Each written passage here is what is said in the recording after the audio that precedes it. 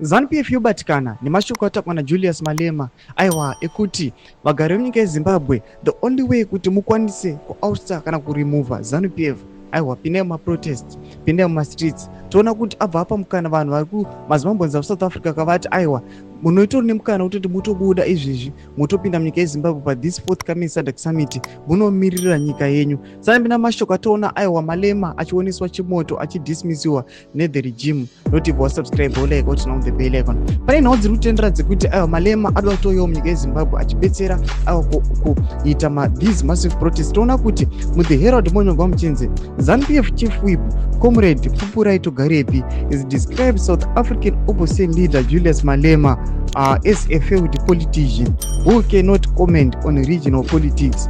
He said Malema is a sponsored gun by some Zimbabwean politicians.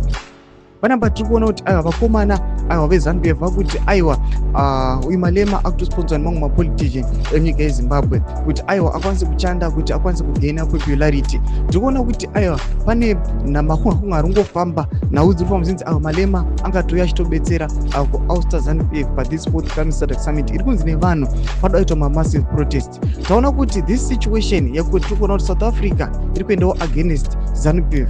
This situation yabva yaita kuti vanhu vanyatso kuvhurika vaone kuti aiwa panapaka they must do something. Tudze mafungiro enyu pena comment section medu. Musangano subscribe or like and turn on the bell icon.